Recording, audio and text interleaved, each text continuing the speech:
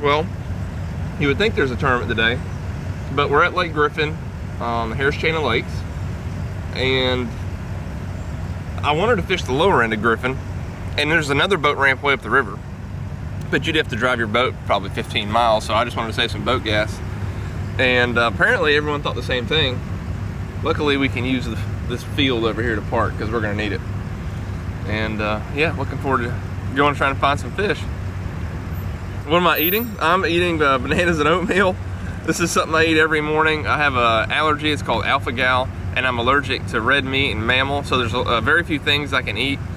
And this is one of the few things I can travel and eat safely, and it's healthy as well. So it keeps me skinny and fishing all day long.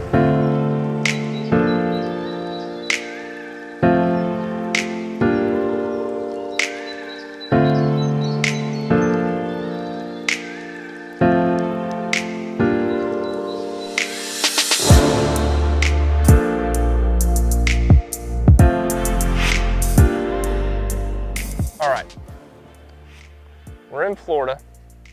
I'm practicing for the second stop of the FLW Pro Circuit, and we gotta find some fish, right? So there's not much better of a search bait than a jackhammer chatterbait. If I'm gonna throw a chatterbait, it's gonna be a jackhammer. I think it catches them better than any other chatterbait. It's just an amazing search bait. It comes through hydrilla, Kissimmee grass, whatever kind of grass you wanna bring it through. And it kind of acts like a weed guard, so you can't see the hook behind it.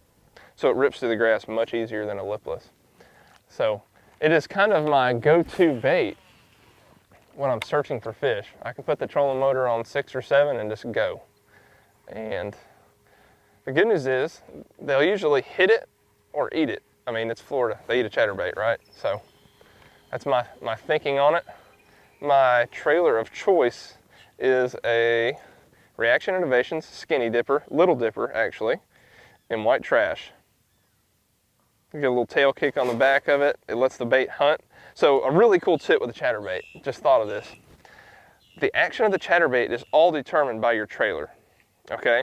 So if you get a bulkier bait, the bait is going to be more stabilized and it's not going to search as much, right? So when you get a thinner diameter bait, like a Skinny Dipper, a Little Dipper, that allows the bait to search. It goes like this, and it jumps left and right, and left and right. And even more so, you can exaggerate that by putting a Shiver Glide, or a Fluke, or the Yamamoto Seiko, or the Z-Man, what is that called, the Blade Razor Minnow? Anyways, long story short, more action on your chatterbait, thinner diameter causes it to hunt. If you want it to be more stable, throw a bigger one like a Skinny Dipper, full-size Skinny Dipper, or a full-size swim bait on the back. And that's how you can alter the action of your chatterbait and key in on what the bass want that day. I like a Little Dipper.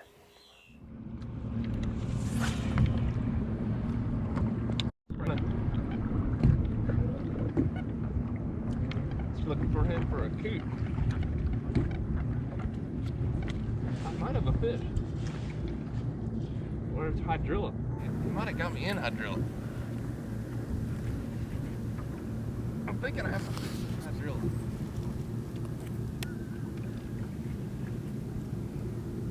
It's not as impressive. Look at that. We got a little bass, and it was in hydrilla. First one of the morning. Little Dipper, largemouth.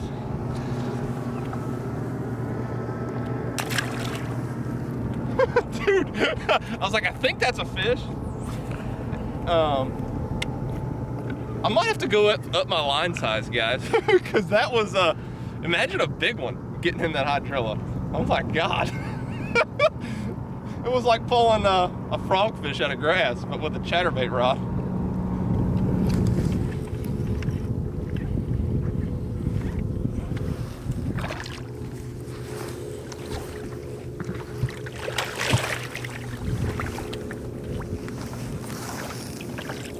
Post pond fish. Look how big this head is, guys. We're gonna leave. When you get 2 fish, you leave. Golly. Ate it. stud muffin. I might take a selfie of him for Instagram. When you go out and catch too many fish, you got to keep your followers entertained. So you got to hold them out, make them look like a 10-pounder, just like this. Now he looks huge, but it's only like a 3-pounder. Let's go. We're going. New spot. Let's go.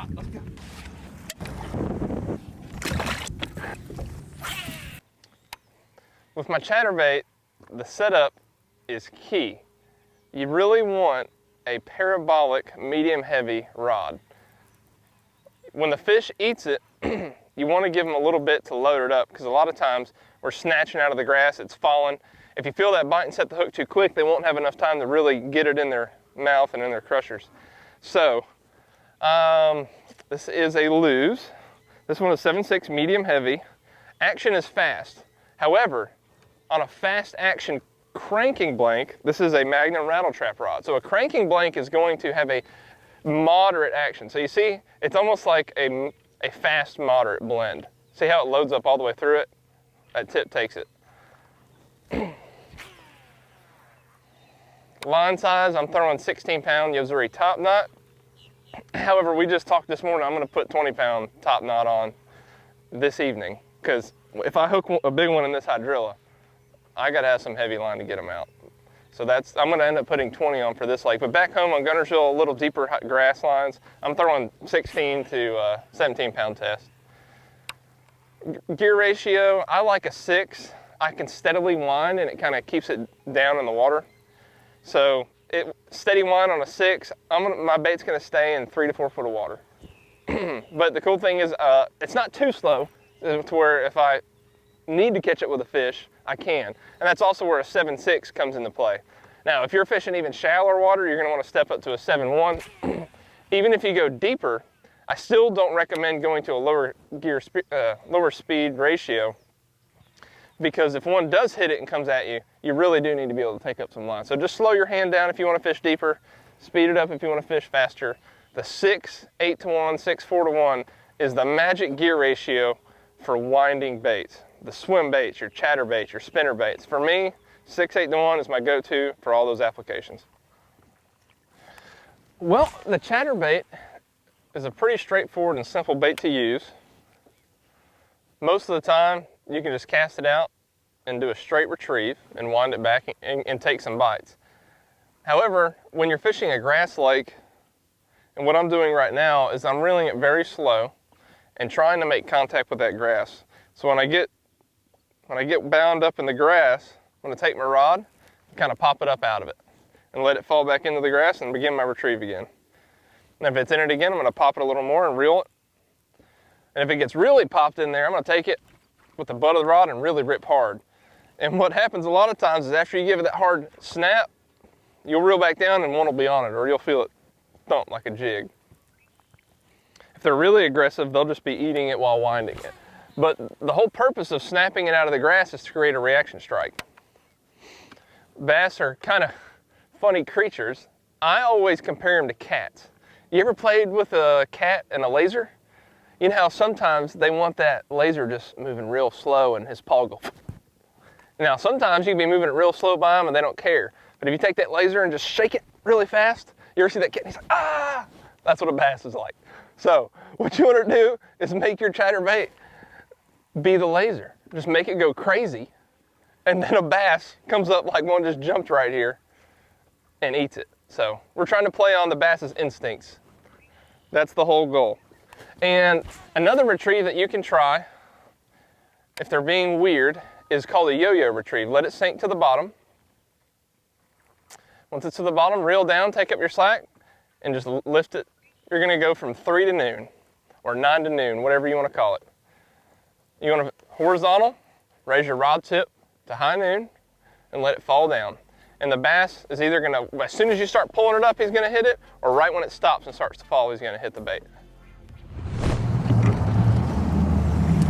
Hey guys, thanks for hanging out with me today on practice day number 2, Harris Chain. I'm going to take out, drop you guys off at the dock and go to a new lake. Hopefully find some bedfish this afternoon. And if you guys want to follow me on social media, please do. My YouTube is Alabama Bass Guide. My social media is ALBassGuide_meme lord. If you like your daily dose of memes in the morning, watch my stories. You'll love it. And that's about it. I'll see you guys on the water. That's a gar right there. Check out the gar. Just chilling. You on him? We got it. Eat the hook. Eat the hook. Oh, we got. He's on bed. All right, guys, we got a gar locked on bed here.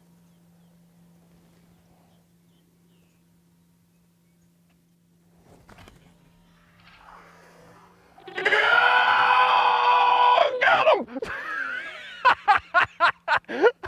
Yes! So this is what you do during practice? This is what I do during practice.